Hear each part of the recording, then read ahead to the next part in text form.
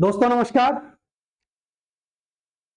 RS pre REET CET के लिए MCQ series का क्रम निरंतर जारी है आपके अपने यूट्यूब चैनल पॉलिटी गुरुजी में।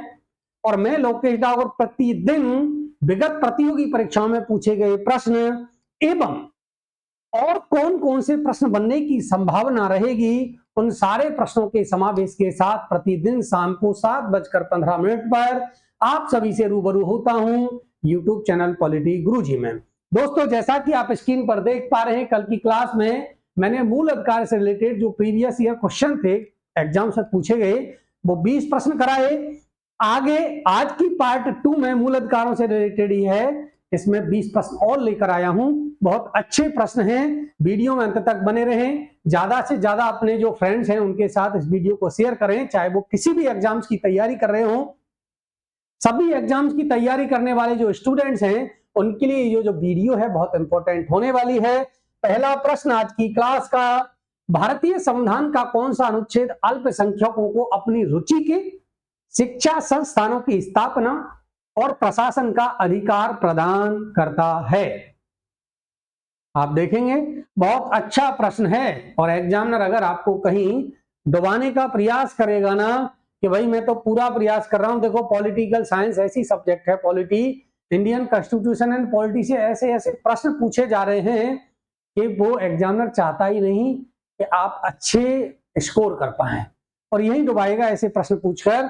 अब देखो इसमें ऑप्शन दे दिए चार ऑप्शंस आपको देख रहे हैं। अनुच्छेद 30 का फर्स्ट, अनुच्छेद 30(2), अनुच्छेद 29(1), अनुच्छेद 29(2), ये 4 ऑप्शंस आपके सामने स्क्रीन पर हैं। आप देखो सबसे पहले अगर मैं बात करूं अल्पसंख्यकों की, अल्पसंख्यकों की बात आपको पता है सांस्कृतिक एवं शिक्षा संबंधी अधिकार, सांस्कृतिक एवं जो शिक्षा संबंधी अधिकार है वो कौन से अनुच्छेद में है?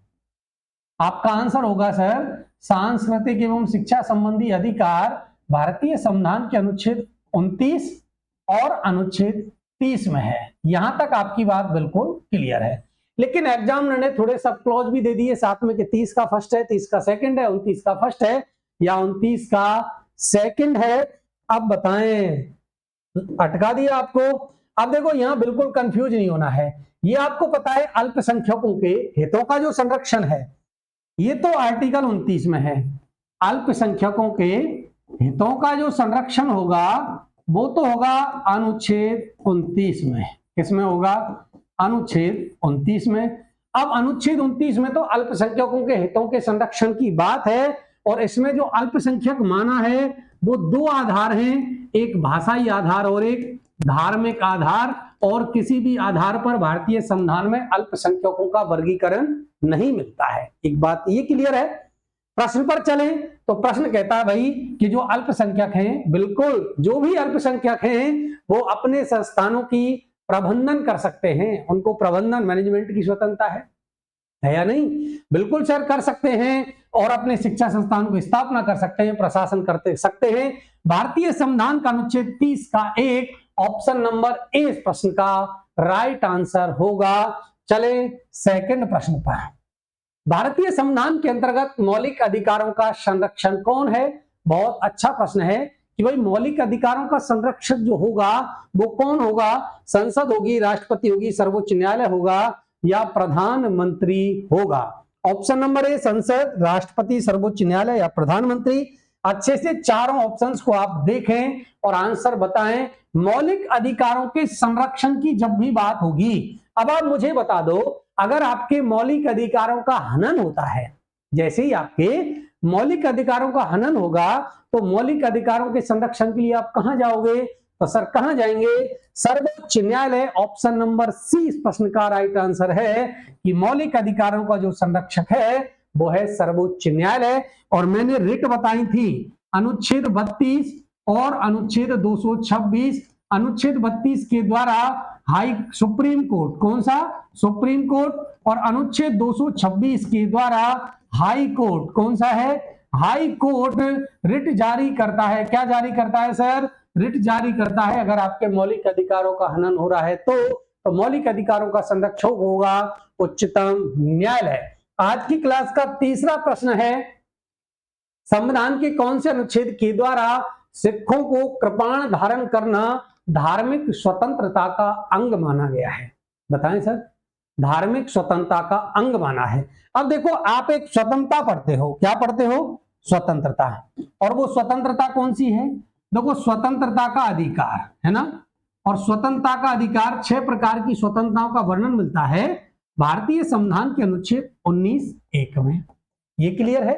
19(1) जब आप पढ़ोगे तो 19(1) में 6 प्रकार की स्वतंत्रता है, और उनमें एक स्वतंत्रता आती है, वो आती है शांतिपूर्ण सम्मेलन।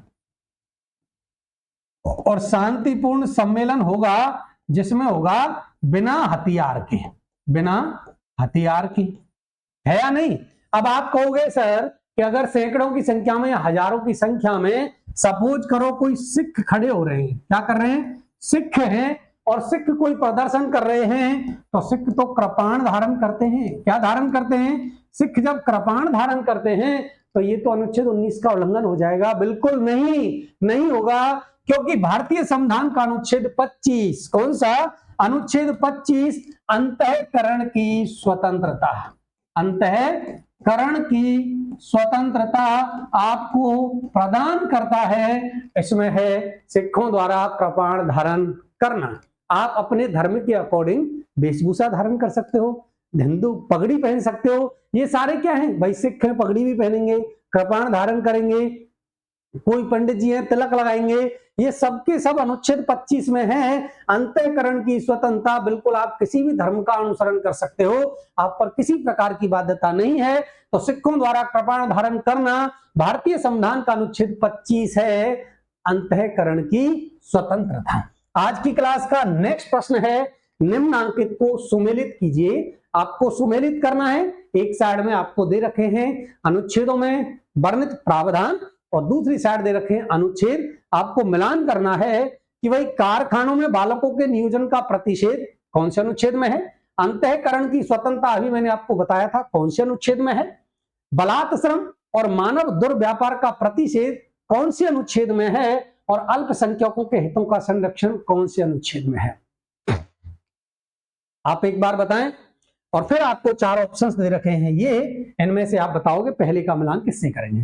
कारखानों में अगर बालकों के नियोजन के प्रतिषेध की बात करें, भारतीय संविधान का अनुच्छेद 24, भारतीय संविधान का अनुच्छेद 24 कहता है कि 14 वर्ष से जो कम आयु के बालक हैं उनको आप जोखिम भरे कार्यों में नहीं लगा सकते। अनुच्छेद 24 बिल्कुल पहले का मिलान हो जाएगा बी से।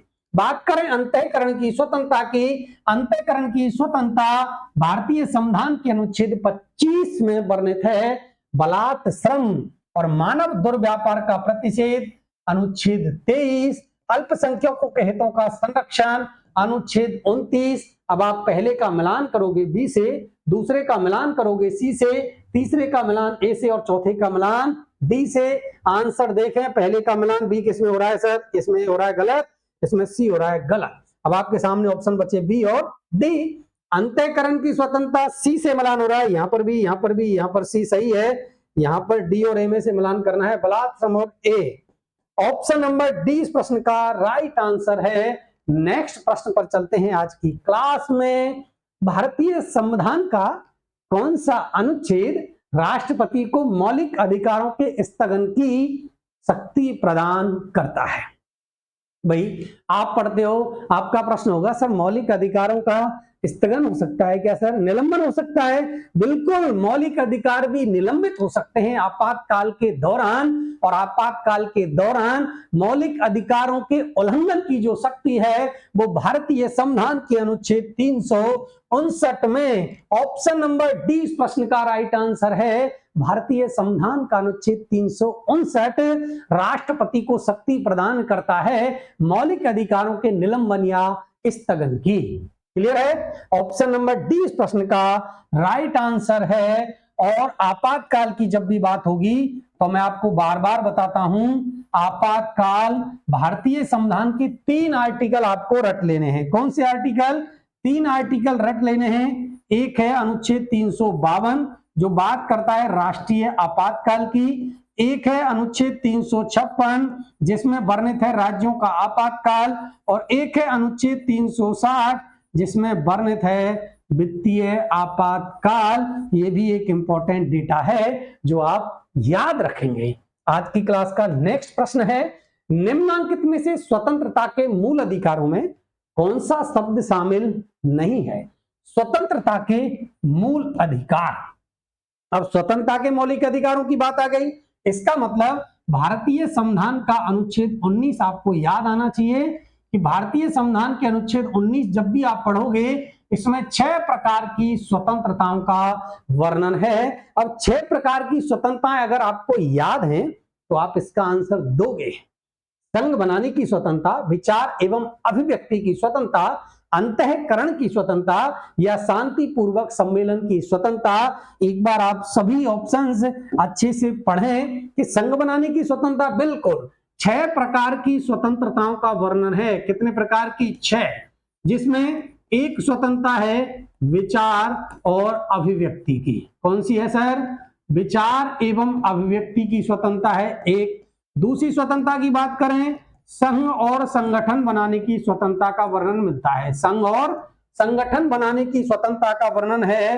तीसरी स्वतंत्रता की बात करें सर, शांतिपूर्वक सम्मेलन किया जा सकता है बिना हथियार के। शांतिपूर्ण सम्मेलन की स्वतंत्रता, ये भी अनुच्छेद 19 में है।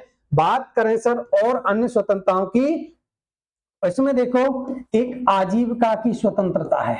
किसकी है? आजीविका, मतलब व्यवसाय की भी स्वतंत्रता है या नहीं? व्यवसाय की स्वतंत्रता है। एक है इसमें निर्बाध विचरण की स्वतंत्रता। किसकी है? निर्बाध विचरण की स्वतंत्रता, ये भी है। और एक है इसमें निवास की स्वतंत्रता। इस प्रकार ये 6 प्रकार की स्वतंत्रताओं का वर्णन है। इसमें अंतःकरण की स्वतंत्रता का वर्णन अनुच्छेद 19 में कहीं पर नहीं है। अंतःकरण की स्वतंत्रता का वर्णन मिलता है भारतीय संविधान के अनुच्छेद 25 में। किसमें मिलता है? 25 में मिलता है। तो अनुच्छेद 25 में है अंतःकरण की स्वतंत्रता का वर्णन। ऑप्शन नंबर सी इस प्रश्न का राइट आंसर होगा कि स्वतंत्रता के मौलिक अधिकारों में अंतःकरण की स्वतंत्रता का वर्णन नहीं है। नेक्स्ट प्रश्न है, अनुच्छेद 20 पूछ लिया है। अनुच्छेद 20 के अंतर्गत अपराधों के लिए दोष सिद्धि के संबंध में जो संरक्षण का अधिकार है उनमें निम्न में से कौन सा प्रावधान नहीं है? अनुच्छेद 20 वर्णन करता है कि अपराधों के लिए, भाई अपराध किसी ने कर दिया तो उसकी दोष सिद्धि के संबंध में उस दोषी जो व्यक्ति है उसको भारतीय संविधान का अनुच्छेद 20 संरक्षण प्रदान करता है। तो निम्न में से कौन सा प्रावधान आर्टिकल 20 में वर्णित नहीं है? भूतलक्षी विधियों से संरक्षण प्रदान, दोहरे दंड से संरक्षण का प्रावधान, स्वयं के विरुद्ध गवाह देने के लिए बाध्य नहीं किया जा सकता, या गिरफ्तारी के कारणों को जानने का अधिकार। ये 4 ऑप्शंस हैं, आप एक बार अच्छे से पढ़ें चारों को और आंसर बताएं कि भूतलक्षी विधियों से संरक्षण नहीं है, या दोहरे दंड से संरक्षण का प्रावधान नहीं है, स्वयं के विरुद्ध गवाह देने के लिए बाध्य नहीं किया जा सकता, या गिरफ्तारी के कारणों को जानने का अधिकार। दोस्तों जब आप अनुच्छेद 20 पढ़ते हो ना तो अनुच्छेद 20 में 3 प्रावधान आपको मिलते हैं। एक तो मिलता है भूतलक्षी विधियों से संरक्षण आपको मिलेगा कैसे? जैसे किसी व्यक्ति ने आज की डेट में कोई अपराध किया है ना, तो उसको जो सजा मिलेगी ना वो उसी डेट से, अपराध की जाने वाली डेट के समय जो नियम और कानून लागू हैं वही नियम और कानून लागू होंगे, पहले या बाद के किसी प्रकार का कोई कानून लागू नहीं होगा। दूसरी बात करें दोहरे दंड से प्रावधान, बिल्कुल एक जुर्म के लिए एक सजा का प्रावधान प्रदान करता है भारतीय संविधान का अनुच्छेद 20। तीसरी बात करें तो कोई व्यक्ति है उसको स्वयं के विरुद्ध गवाह देने के लिए बाध्य नहीं किया जा सकता है, जिसके अंतर्गत आप जैसे सपोज करो आपके ब्लड का सैंपल ले लिया, अब आप कहो सर ये तो मेरे अधिकार का हनन हो गया। नहीं, आपके ब्लड का सैंपल लेना बिल्कुल किसी जांच के लिए, कोई फॉरेंसिक जांच के लिए ये बिल्कुल सही माना जा सकता है, लेकिन आपको स्वयं के विरुद्ध गवाह देने के लिए बाध्य नहीं किया जा सकता है। 1, 2, 3 ये तो तीनों के तीनों अनुच्छेद 20 में वर्णित हैं। अब सर चौथा है कि गिरफ्तारी के कारणों को जानने का अधिकार तो है सर, अधिकार है गिरफ्तारी के कारणों को जानने का, लेकिन ये अनुच्छेद 20 में नहीं है। भारतीय संविधान का अनुच्छेद 22 गिरफ्तारी एवं निरोध से संरक्षण क्या प्रदान करता है? गिरफ्तारी एवं निरोध से संरक्षण जो है वो प्रदान करता है अनुच्छेद 22, जिसमें आप पढ़ोगे कि बिल्कुल आपको गिरफ्तारी के कारण जानने का अधिकार है, आपको गिरफ्तारी के समय वकील से परामर्श लेने का अधिकार है, आपको 24 घंटे के अंतर्गत मजिस्ट्रेट के समक्ष प्रस्तुत करने का अधिकार है। ये सारे के सारे अधिकार अनुच्छेद 22 में है, अनुच्छेद 20 में वर्णित नहीं है। ऑप्शन नंबर डी नेक्स्ट प्रश्न आज की क्लास का। क्लास बहुत शानदार होने वाली है, बस आपको वीडियो में अंत तक बने रहना है। बहुत अच्छे प्रश्नों का समावेश है। मूल अधिकार से रिलेटेड एक भी डाउट आपका आज की क्लास में रहने वाला नहीं है। वे समस्त विधियां जो मूल अधिकारों से असंगत हैं। अच्छा प्रश्न है, इंपॉर्टेंट लगा लेना, बिल्कुल इंपॉर्टेंट लगा लेना है, क्योंकि देखो हम पढ़ते हैं अनुच्छेद 14 से और अनुच्छेद 32 तक मौलिक अधिकार, लेकिन 12, 13 और 33, 34, 35 ये 5 मौलिक अधिकार कम पढ़ाए जाते हैं। यहां से भी प्रश्न बनने की संभावना रहती है। और ये आर्टिकल 13 से पूछा गया प्रश्न है, अनुच्छेद 13 में वर्णित है। कौन से अनुच्छेद में है कि सर ये तो अनुच्छेद 13 का प्रश्न है। बिल्कुल अनुच्छेद 13 से प्रश्न लेकर आया हूं कि वे विधियां जो मूल अधिकारों से असंगत हैं, संविधान के लागू होने की दिनांक से प्रभावी हो जाएंगी किंतु मृत नहीं होंगी, लेकिन यदि मौलिक अधिकारों पर लगाया गया जो प्रतिबंध हटा दिया जाए तो वो पुनः सक्रिय हो जाएंगी। ये कौन सा सिद्धांत है? जब आप अनुच्छेद 13 पढ़ोगे, क्या पढ़ोगे? भारतीय संविधान का अनुच्छेद 13 3 सिद्धांतों की बात करता है। कितने सिद्धांत दे रखे हैं? अनुच्छेद 13 में वर्णन मिलता है 3 सिद्धांतों का, जिसमें एक सिद्धांत है पृथक्करणीयता का सिद्धांत। पृथक्करणीयता का सिद्धांत। दूसरे सिद्धांत की अगर मैं बात करूं तो दूसरा सिद्धांत है आच्छादन का सिद्धांत, और एक तीसरे सिद्धांत का वर्णन मिलता है अधित्याग का सिद्धांत। ये 3 प्रकार के सिद्धांत दे रखे हैं अनुच्छेद 13 में, और अनुच्छेद 13 संबंधित है मौलिक अधिकारों के अल्पीकरण की विधियां, कि भाई आपको जो मौलिक अधिकार प्रदत्त हैं उन मौलिक अधिकारों को अल्प किया जा सकता है, कम किया जा सकता है। बिल्कुल ये 3 सिद्धांत हैं, पृथक्करणीयता, आच्छादन और अधित्याग। पहले पढ़ेंगे इस प्रश्न को और उसके बाद बताऊंगा तीनों सिद्धांत। देखो संविधान लागू होने की दिनांक से अगर कोई प्रभावी हो, बिल्कुल जो संविधान लागू हुआ उस दिन से अगर कोई देखो मौलिक अधिकार है वो आपको असंगत लग रहा है वर्तमान परिस्थिति के अकॉर्डिंग, तो उसको आप क्या कर सकते हो? बिल्कुल मृत कर सकते हो, लेकिन वो पूर्ण रूप में मृत नहीं होता है। यदि उस मौलिक अधिकारों पर लगाया गया प्रतिबंध हट जाए तो वो मौलिक अधिकार पुनः सक्रिय हो जाएगा, और यह है आच्छादन का सिद्धांत। इस प्रश्न का राइट आंसर होगा ऑप्शन नंबर बी। बात कर ले सर पृथक्करणीयता का सिद्धांत। देखो कोई अगर मौलिक अधिकार है जो असंगत है, कोई मौलिक अधिकार है जैसे अनुच्छेद 13 है, अनुच्छेद 14 है, अब जैसे नहीं अनुच्छेद 15 की बात करूं, 15 में जैसे 15(1), 15(2), 15(4) सब क्लोज हैं। अब सपोज करो कोई उस अनुच्छेद का या उस नियम का या विधि का कोई ऐसा पार्ट है जो असंगत है।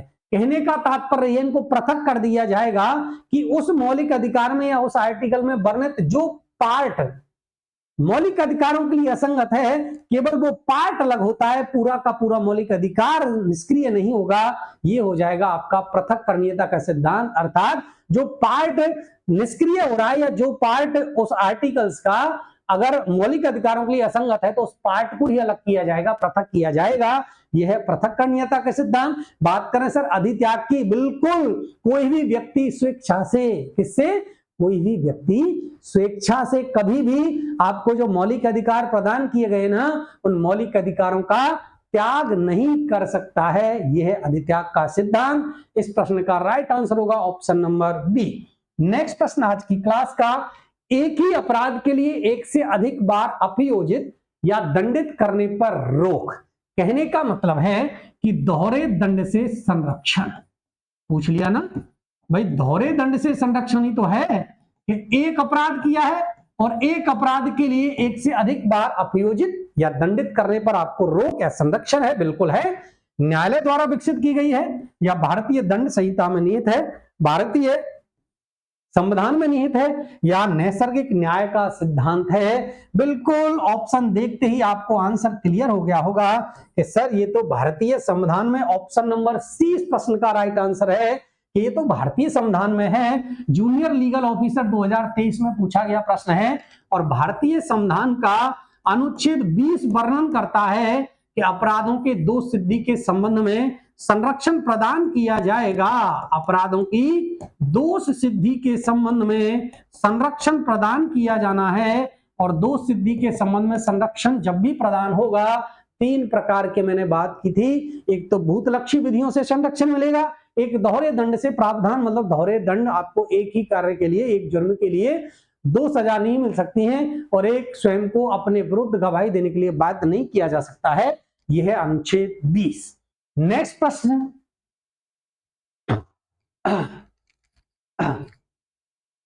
जब एक अवर न्यायालय या अधिकरण अपनी अधिकारिता के भार या नैसर्गिक न्याय के नियमों के प्रतिकूल कार्य करने पर जो रिट जारी की जाती है उसे क्या कहते हैं? 4 रिट आपको ऑप्शन में दे रखी हैं कि बंदी प्रत्यक्षीकरण कहेंगे, या परम आदेश कहेंगे, या अधिकार प्रच्छा बोलेंगे, या उत्प्रेषण बोलेंगे। ये आपको एक बार प्रश्न के जो 4 ऑप्शन दे रखे हैं एक बार आप अच्छे से पढ़ें और आंसर दें कि भाई जैसे कोई न्यायालय है, एक अधीनस्थ न्यायालय है, उस न्यायालय ने कोई ऐसा कार्य कर दिया या अधिकरण ने ऐसा कार्य कर दिया जो उसके न्याय क्षेत्र में आता नहीं था। जैसे अभी मैं कोई बात बताऊं, जैसे 2 राज्यों का विवाद है, क्या है? जैसे 2 राज्यों का विवाद है, और 2 राज्यों का विवाद जब भी होगा तो उसकी सुनवाई बताओ हाई कोर्ट करेगा या सुप्रीम कोर्ट करेगा? सर आपका आंसर होगा सुप्रीम कोर्ट। बिल्कुल सही है सर।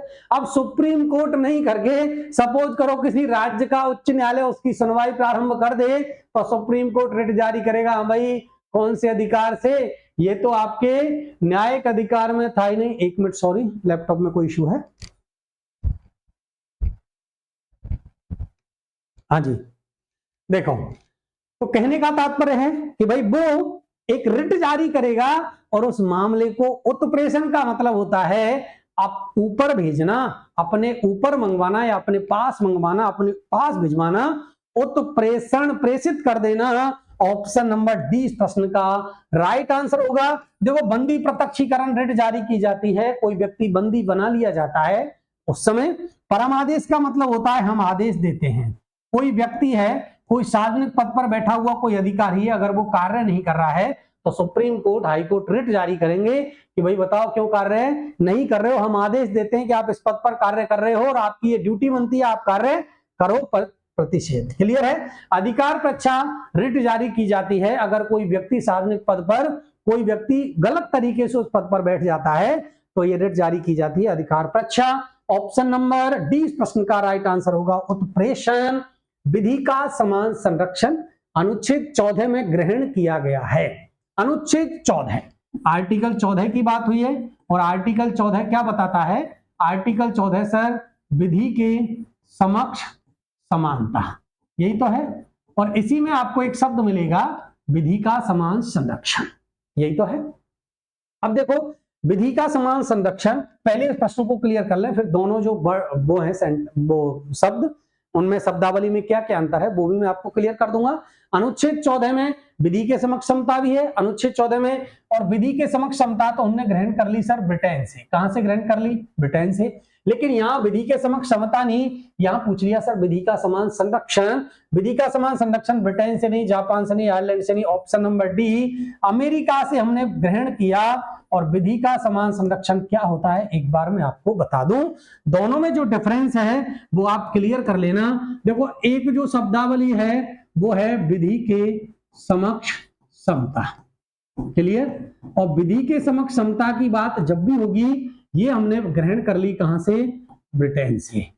एक शब्द आता है आपको विधि का समान संरक्षण, और विधि के समान संरक्षण का जो प्रावधान है ये हमने ले लिया सर अमेरिका से। एक तो ये बात आपको क्लियर हो गई होगी, क्लियर है। अब बात करें सर दोनों में अंतर क्या है? अंतर बिल्कुल, विधि के समक्ष जो समता है ये संकुचित अवधारणा है। कैसी है? संकुचित। ये कैसी अवधारणा है सर? ये व्यापक अवधारणा है। अब आप कहोगे सर संकुचित कैसे है? देखो, जैसे सपोज करो एक व्यक्ति है ना, एक तो होता है समक्ष विधि के समक्ष समता का मतलब होता है समान व्यवहार, बिल्कुल सबके साथ समान व्यवहार आपको करना है, समानता रखनी है। और ये कहता है विधि का समान संरक्षण कि समान परिस्थितियों में समान व्यवहार। किसमें सर? कि समान परिस्थितियों में समान व्यवहार। अब बताओ, ये संकुचित है, ये व्यापक है। तो देखो, अगर परिस्थितियां समान हैं तो समान व्यवहार है। जैसे कोई व्यक्ति विकलांग है, अब विकलांग से आप कहो, जैसे सपोज करो रेस हो रही हो, है ना, रेस हो रही हो और रेस में कोई कहे सर 1 किलोमीटर दौड़ करनी है, अब कोई विकलांग है तो विकलांग के लिए क्या देना पड़ेगा सर, विकलांग के लिए ये बात लागू होती है विधि का समान संरक्षण कि भाई दोनों व्यक्ति एक जैसे नहीं है तो समान व्यवहार कैसे किया जा सकता है। तो ये समुचित अवधारणा हो गई और ये हो गई व्यापक अवधारणा। अब आप बात करो जैसे अनुच्छेद 361 है, आप कहोगे सर जब सभी व्यक्ति समान हैं और भारतीय संविधान का अनुच्छेद 361 जब आप पढ़ोगे, अनुच्छेद 361 और अनुच्छेद 361 कहता है, क्या कहता है कि जो राष्ट्रपति है या राज्यपाल है उन पर पद पर रहते हुए, किस पर सर, पद पर रहते हुए कोई भी न्यायिक कार्रवाई नहीं की जा सकती। तो बताओ सामान्य नागरिक के साथ क्यों हो जाती है, इसका मतलब उनको संरक्षण प्रदान किया गया है। हम बात करें सर अनुच्छेद 105 की, किसकी बात करें सर, अनुच्छेद 105 की बात करें तो जो भी संसद है ना, सांसद, उन सांसदों को विशेष अधिकार प्रदान किए जाते हैं, सामान्य नागरिकों को तो सर विशेष अधिकार है ही नहीं। तो ये क्या हो गया, ये हो गया अपवाद इसका कि विधि के समक्ष समानता नहीं है, अब तो विधि का समान संरक्षण है। और विधि का समान संरक्षण हमने ग्रहण कर लिया अमेरिका से और विधि के समक्ष समता अगर आ जाए हमने ग्रहण कर ली ब्रिटेन से। आज की क्लास का नेक्स्ट प्रश्न है, सूची बंद दे रखिए एक साइड, दूसरी साइड वही प्रश्न है, एक साइड आपको प्रावधान है, दूसरी साइड अनुच्छेद है, आपको मिलान करना है सही कूट के माध्यम से। अंतःकरण की स्वतंत्रता, धार्मिक कार्यों के प्रबंधन की स्वतंत्रता, धर्म की अभिवृद्धि के लिए करों के संदाय से स्वतंत्रता और धार्मिक शिक्षा में उपस्थित होने से स्वतंत्रता, आपको मिलान करना है। देखो अगर मैं बात करूं अंतःकरण की स्वतंत्रता की, बिल्कुल अनुच्छेद 25 अंतःकरण की स्वतंत्रता का वर्णन है। धार्मिक कार्यों के प्रबंधन, बिल्कुल आप जो धार्मिक संस्थाओं की स्थापना कर सकते हो उनका प्रबंधन कर सकते हो, है ना, ये सारी की सारी व्यवस्था है अनुच्छेद 26 में। अनुच्छेद 27 कहता है कि भाई धर्म की अभिवृद्धि के लिए करों के संदाय से स्वतंत्रता, जैसे कोई राज्य है तो वो कर नहीं लगा सकता, एक तो धार्मिक कर, दूसरी बात करें कि किसी भी एक विशेष धर्म के लिए कर का व्यय नहीं कर सकता। अनुच्छेद 27 वर्णन करता है धार्मिक शिक्षा में उपस्थित होने से स्वतंत्रता। अगर कोई देखो, एक तो इसमें क्या है अनुच्छेद 28 में एक तो वर्णन मिलता है कि भाई जो धार्मिक संस्थाएं हैं उन धार्मिक संस्थाओं में किसी भी व्यक्ति को आप जबरदस्ती उपस्थित होने के लिए बाध्य नहीं कर सकते। और एक वर्णन इसमें मिलता है कि कोई भी राज्य द्वारा पोषित कोई जो शिक्षा संस्थान है उसमें कभी भी धार्मिक शिक्षा प्रदान नहीं की जाएगी। क्लियर है? ऑप्शन नंबर डी, पहले का ए से मिलान, दूसरे का बी से, तीसरे का सी से और चौथे का डी से। ऑप्शन नंबर ए इस प्रश्न का राइट आंसर होने वाला है। चारों के चारों अनुच्छेद आपको एक ही प्रश्न में क्लियर हो गए हैं। अंतःकरण की स्वतंत्रता 25, धार्मिक प्रबंधन 26, धर्म करों से रिलेटेड जो है वो 27 और धार्मिक शिक्षा में आपको कोई भी धार्मिक संस्थान है उसमें उपस्थित होने के लिए बाध्य नहीं किया जा सकता है 28। बिल्कुल एक साइड रिट दे रखी है और दूसरी साइड दे रखी है भाई ये जो रिट है वो किससे रिलेटेड है, एक सूची 1 का सूची 2 से मिलान करना है। बंदी प्रत्यक्षीकरण, परमादेश, अधिकार परीक्षा या प्रतिषेध। रिटों का आप बताएं कि बंदी प्रत्यक्षीकरण जो रिट है वो क्या है। देखो बंदी प्रत्यक्षीकरण जो होती है, विधि के विरुद्ध अगर किसी व्यक्ति को गिरफ्तार किया जा सकता है तो उसको निरुद्ध करने, मतलब भाई बंदी प्रत्यक्षीकरण, आपने इसको बंदी क्यों बना रखा है, बिना किसी नियम कानून के अगर गैर नियमों से किसी व्यक्ति को बंदी बना लिया गया है तो उसको निरुद्ध करने अर्थात उसको छोड़ने के लिए न्यायालय आदेश देता है कि इसको आप क्या करो, ये होती है बंदी प्रत्यक्षीकरण। परम आदेश की बात करें, सार्वजनिक कर्तव्यों को नहीं निभाना। जब भी कोई व्यक्ति कोई सार्वजनिक पद पर बैठा हुआ अधिकारी हो सकता है, अगर वो अपने कर्तव्यों का निर्वहन नहीं कर रहा है तो ये आदेश देते हैं। इसका मतलब होता है हम आदेश देते हैं, परम आदेश का मतलब होता है हम आदेश देते हैं आप सार्वजनिक पद पर बैठे हुए और सार्वजनिक कर्तव्य को नहीं निभा रहे हो तो रिट जारी की जाएगी। अधिकार परीक्षा की बात करें तो कोई भी लोक कार्यालय है उसने अनधिकार तरीके से उस पद को ग्रहण कर लिया है तो उसके विरुद्ध रिट जारी की जाएगी, अधिकार परीक्षा। प्रतिषेध मैंने आपको अभी बताया था कि कोई अधीनस्थ न्यायालय है वो किसी विषय पर विचार विमर्श से रोकना, कोई अधीनस्थ न्यायालय है उसने अपने अधिकार क्षेत्र से बाहर जाकर कोई कार्य कर दिया है तो उसको रोकने के लिए रिट जारी की जाएगी, प्रतिषेध। अब आपको मिलान करना है पहले का बी से। किससे मिलान करेंगे? पहले का मिलान करेंगे बी से, ए से हो रहा है ये गलत, सी से हो रहा है ये गलत। अब आपका बी और डी पे ध्यान जाना है। दूसरे का मिलान ए से करना है, दूसरे का मिलान ए। ऑप्शन नंबर डी इस प्रश्न का राइट आंसर है। नेक्स्ट प्रश्न आज की क्लास का, एक बालक जिसकी आयु 9 वर्ष है, जोखिम भरे कार्य में कार्य करने के लिए उसको बाध्य किया जाता है, तो इस मामले में कौन से मौलिक अधिकार का हनन या उल्लंघन हुआ है? धार्मिक स्वतंत्रता का अधिकार का, समानता के अधिकार का, स्वतंत्रता के अधिकार का, या शोषण के विरुद्ध अधिकार का? देखो, अगर कोई बालक है और वो 9 वर्ष है, उसकी आयु, उसको जोखिम भरे कार्य में नहीं लगा सकते। इस आर्टिकल का वर्णन है अनुच्छेद 24 में। कौन सा आर्टिकल है सर? अनुच्छेद 24 है। 14 वर्ष से कम आयु का कोई बालक है, उसको आप जोखिम भरे कार्यों में, कारखानों में, होटलों में, इन पर जो जोखिम भरे कार्य हैं उन पर नहीं लगा सकते हैं। यह अनुच्छेद 24 है। अब 24 किस में आता है? देखो, धार्मिक स्वतंत्रता का अधिकार अनुच्छेद 25 से 28, इसमें भी 24 नहीं आता है। अगर समानता के अधिकार की बात करूं तो 14 से लेकर 18, इसमें भी 24 नहीं आता है। स्वतंत्रता के अधिकार की बात करूं 19 से 22 में, इसमें भी 24 नहीं आता है। शोषण के विरुद्ध अधिकार अनुच्छेद 23 से लेकर अनुच्छेद 24। बिल्कुल सर, ऑप्शन नंबर डी शोषण के विरुद्ध अधिकार इस प्रश्न का राइट आंसर हो जाएगा। नेक्स्ट प्रश्न है, भारतीय संविधान के अनुच्छेद 12 के अंतर्गत 12 अनुच्छेद 12 में दी गई है राज्य की परिभाषा। प्रश्न है कि भाई 12 में जो राज्य की परिभाषा है उसमें कौन सा शामिल है? भारत सरकार और संसद, राज्य सरकार और राज्य के विधानमंडल, भारत सरकार और राज्य सरकार के अंतर्गत जो अधीन स्थानीय निकाय है। अब आप इनमें से चयन करेंगे 4 ऑप्शंस में से कि 1 और 2 सही है, 2 और 1 मिनट, 2 व 3 सही है, ये 2 है यहाँ पर, है ना, 2 व 3, ये 2 व 3 सही है। 1 2 3 सही है या 1 व 3 सही है? आपको पता है ऑप्शन नंबर सी इस प्रश्न का राइट आंसर है। 1 2 3 तीनों के तीनों जो हैं वो बिल्कुल इसमें है। और चौथा और है, 4 हैं, उसमें मिलता है सर स्थानीय प्राधिकारी। क्या है? स्थानीय प्राधिकारी। ये 4 हैं जिनमें राज्य की परिभाषा के अंतर्गत शामिल किया गया है। जब आप बीपीएसपी पढ़ोगे, क्या नीति निर्देशक तत्व, आर्टिकल 36 में भी राज्य की परिभाषा आपको देखने को मिलेगी और अनुच्छेद 12 में भी राज्य की परिभाषा मिलती है। राज्य की परिभाषा में राज्य के अंतर्गत कौन कौन से प्राधिकरण हैं या संसद, राज्य, विधानमंडल, किसको शामिल किया गया है, उससे रिलेटेड प्रश्न है। एक भी आर्टिकल से, सारे के सारे आर्टिकल से प्रश्न है। नेक्स्ट प्रश्न है, भारत के सर्वोच्च न्यायालय ने संविधान की मूल संरचना, बुनियादी ढांचे के सिद्धांत का जो प्रतिपादन है वो निम्न में से कौन से बाद में किया है? गोलकनाथ बनाम पंजाब राज्य, सज्जन सिंह बनाम राजस्थान राज्य, केशवानंद भारती बनाम केरल राज्य और शंकरी प्रसाद बनाम भारत संघ। गोलकनाथ बाद की बात करें 1967, सज्जन सिंह बाद की बात करें 1965 और केशवानंद भारती बाद 1973 और है शंकरी प्रसाद बनाम भारत संघ 1951। ये भी एक इंपॉर्टेंट डेटा है जो आपको मिलान करने से कभी सुमेलित करने वाले में पूछ सकता है। या क्रम जमा ले भाई, कि क्रम भाई एक साइड बात दे देगा और वो कहेगा क्रम से जमाइए कौन सा क्रम सही है, अवरोही या आरोही। तो 51, 65, 67 और 73 ऐसे आप क्रम जमा सकते हैं।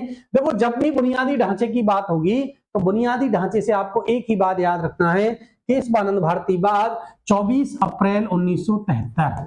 24 अप्रैल 1973 को सुप्रीम कोर्ट का बिल्कुल एक बहुत बड़ा जजमेंट आया। सबसे बड़ी खंडपीठ भी सुप्रीम कोर्ट की जो पीठ है वो इसी में बैठती है, अब तक की सबसे बड़ी बेंच। केशवानंद भारती बनाम केरल राज्य है, 1973 में है और बिल्कुल बुनियादी ढांचे का सिद्धांत, एक आधारभूत ढांचे का सिद्धांत इसने प्रस्तुत किया।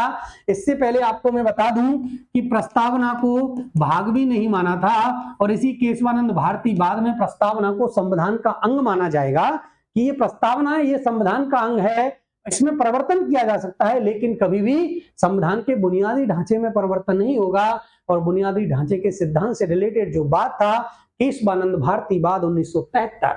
नेक्स्ट प्रश्न, 86वें संविधान संशोधन 2002 इंपॉर्टेंट है। 86वां संविधान संशोधन, 86वां और 44वां संविधान संशोधन, ये 2 संशोधन किससे हैं? मौलिक अधिकारों से। दोनों से प्रश्न बनने की संभावना रहती है। एक के द्वारा अनुच्छेद 21 से जोड़ा जाएगा और 44वें 1978 के द्वारा हटाया जाएगा अनुच्छेद 21। ये दोनों इंपॉर्टेंट संशोधन है। इसके द्वारा जोड़ा गया जो शिक्षा का मौलिक अधिकार है वो कब से लागू किया गया, इससे प्रश्न है। 1 मिनट, हाँ भाई तो 86वां संविधान संशोधन 2002 आपने अच्छे से पढ़ा है। 86वां संविधान संशोधन 2002 हुआ और भारतीय संविधान में एक अनुच्छेद जोड़ा गया, अनुच्छेद 21A। अनुच्छेद 21A जोड़ गया। यह सर शिक्षा के अधिकार से रिलेटेड था। किससे रिलेटेड था? शिक्षा के अधिकार से रिलेटेड था। कहां से कहां तक की शिक्षा? कक्षा 1 से लेकर 8 तक और 6 से 14 वर्ष की आयु वर्ग। अब इसी के आधार पर इसने 2002 में भाई संसद ने कानून पारित कर दिया। उसके बाद में एक एक्ट आता है RTE act 2009, RT right to education, शिक्षा का अधिकार अधिनियम 2009 आएगा, जो 1 अप्रैल 2010 से लागू होगा। 2009 में आता है, 2010 में लागू होगा। ऑप्शन नंबर 20 प्रश्न का राइट आंसर है। अगर मैं राजस्थान की बात करूं तो राजस्थान में आरटीई एक्ट 2009 लागू होता है 1 अप्रैल 2011 से, है ना। और डिफरेंस हो सकता है, अलग अलग डेट हो सकती हैं। क्यों? क्योंकि शिक्षा किसका विषय है? शिक्षा सर समवर्ती सूची का विषय है। ये भी एक इंपॉर्टेंट फैक्ट बनता है। क्लियर है? ऑप्शन नंबर 20 प्रश्न का राइट आंसर है। नेक्स्ट प्रश्न है, मौलिक अधिकारों में कटौती का अधिकार निम्न में से किसको प्राप्त है? मौलिक अधिकारों में कटौती हो सकती है सर, मौलिक अधिकारों में बिल्कुल कटौती हो सकती है। उच्चतम न्यायालय को है, संसद को, राष्ट्रपति को, प्रधानमंत्री को। भारतीय संविधान का अनुच्छेद 35 वर्णन करता है कि मौलिक अधिकारों में कटौती की जा सकती है और मौलिक अधिकारों में कटौती करने का प्रावधान केवल और केवल जो अधिकार है वो केवल और केवल संसद को प्राप्त है। ऑप्शन नंबर 20 प्रश्न का राइट आंसर है। प्राण एवं दैहिक स्वतंत्रता का संरक्षण या प्राण एवं दैहिक स्वतंत्रता का अधिकार भारतीय संविधान के कौन से अनुच्छेद में वर्णित है? 20 में, 21 में, 22 में या 23 में? एक बार बताएं। प्राण एवं दैहिक स्वतंत्रता, प्राण एवं दैहिक स्वतंत्रता जो है भारतीय संविधान के अनुच्छेद 21, ऑप्शन नंबर 20 प्रश्न का राइट आंसर हो जाएगा। अनुच्छेद 21 कहता है प्राण एवं दैहिक स्वतंत्रता का अधिकार। अनुच्छेद 20 कहता है अपराधों के दोष सिद्धि के संबंध में संरक्षण, अपराधों की दोष सिद्धि के संबंध में संरक्षण। अनुच्छेद 20, 21 आपका क्लियर है, प्राण एवं दैहिक स्वतंत्रता। अनुच्छेद 22 की बात करें तो इसमें देखो गिरफ्तारी एवं निरोध से संरक्षण, गिरफ्तारी या निरोध से संरक्षण प्रदान करता है। अनुच्छेद 23 की अगर बात करें तो ये बलात् श्रम और मानव दुर्व्यापार का प्रतिषेध करता है, बलात् श्रम और मानव दुर्व्यापार का प्रतिषेध करता है। यह है आपका प्रश्न, अच्छे से आप देखें। प्राण एवं दैहिक स्वतंत्रता का अधिकार भारतीय संविधान के अनुच्छेद 21, ऑप्शन नंबर बी। नेक्स्ट प्रश्न है, अनुच्छेद 22 में वर्णित गिरफ्तारी एवं निरोध के संबंध में संरक्षण बिल्कुल अनुच्छेद 22 में है कि मूल अधिकार जो है उसके अंतर्गत इनमें से कौन सा कथन असत्य है? ये 4 कथन दे रखे हैं आपको, चारों में से एक कथन असत्य है। अनुच्छेद 22 के संबंध में आपको बताना है। देखो, गिरफ्तार किए जाने वाले व्यक्ति को गिरफ्तारी का कारण जानने का अधिकार है। ऑप्शन नंबर बी, गिरफ्तारी के समय वकील से परामर्श लेने का अधिकार है। 24 घंटे के भीतर मजिस्ट्रेट के समक्ष प्रस्तुत किए जाने का अधिकार है। निवारक निरोध कानून के तहत गिरफ्तार व्यक्ति को अधिकतम 6 माह के लिए निरुद्ध किया जा सकता है। जब भी आप अनुच्छेद 22 पढ़ोगे ना तो देखो 22 में वर्णन मिलता है दोस्तों, अनुच्छेद 22 कहता है कि गिरफ्तारी एवं निवारक निरोध से संरक्षण। बिल्कुल सर, ये सही है। लेकिन अब इसमें से देखो, गिरफ्तार किए जाने वाले व्यक्ति को गिरफ्तारी कारण जानने का अधिकार है। बिल्कुल सर है। गिरफ्तारी के समय आप वकील से परामर्श कर सकते हो। बिल्कुल सर, वकील से परामर्श करेंगे और 24 घंटे के भीतर आपको मजिस्ट्रेट के समक्ष प्रस्तुत किया जाएगा। बिल्कुल सही है। ऑप्शन नंबर डी देखेंगे, यहां आपको कंफ्यूज कर दिया, 6 माह नहीं, इसमें प्रावधान तो है, इसमें प्रावधान है कि निवारक निरोध अधिनियम के अंतर्गत अगर कोई व्यक्ति है ना भाई, अगर आपको सामान्य रूप से गिरफ्तार किया गया, आपको 3 अधिकार प्रदान किए गए हैं, लेकिन आपको कोई आतंकवादी गतिविधि में शामिल हो आप या कोई निवारक निरोध कानून के तहत अगर आपको गिरफ्तार किया गया है तो ये तीनों अधिकार आपको नहीं मिलेंगे। आपको कम से कम 3 माह के लिए बिना बताए आपको गिरफ्तार किया जा सकता है और 3 माह तक निरोध रखा जा सकता है, आपको बिल्कुल बंद रखा जा सकता है। लेकिन अधिकतम अवधि 6 माह नहीं, 3 माह है। 3 माह के बाद भी अवधि को बढ़ाया जा सकता है। एक बोर्ड गठन होगा जिसमें एक सुप्रीम कोर्ट का जज होगा, मतलब मुख्य न्यायाधीश होना चाहिए उच्च न्यायालय का कम से कम। ऐसे एक बोर्ड का गठन होता है और उसके बाद उस अवधि को बढ़ाया जा सकता है, उसके बाद परामर्श करने के बाद, लेकिन अधिकतम 3 माह के लिए, इसलिए गलत कथन हो जाएगा ऑप्शन नंबर डी। दोस्तों आज की क्लास में बस इतना ही, मिलता हूं एक नए टॉपिक के साथ एक नेक्स्ट वीडियो में। और जैसा कि मैंने आपको कल भी बताया था, एक इंपॉर्टेंट घोषणा हो सकती है सोमवार को लेकर। अभी तक आपको केवल रिकॉर्डेड क्लास मिल रही है 7:15 पर, लेकिन मेरा प्रयास रहेगा सोमवार से आपसे लाइव जुड़ने का, लाइव क्लास में आपसे रूबरू होने का। मिलता हूं नेक्स्ट वीडियो में नए टॉपिक, नए कंटेंट, नए जोश और नए जुनून के साथ। देखना ना भूलें कल शाम 7:15 पर एक नई वीडियो पॉलिटी से रिलेटेड। बहुत बहुत धन्यवाद।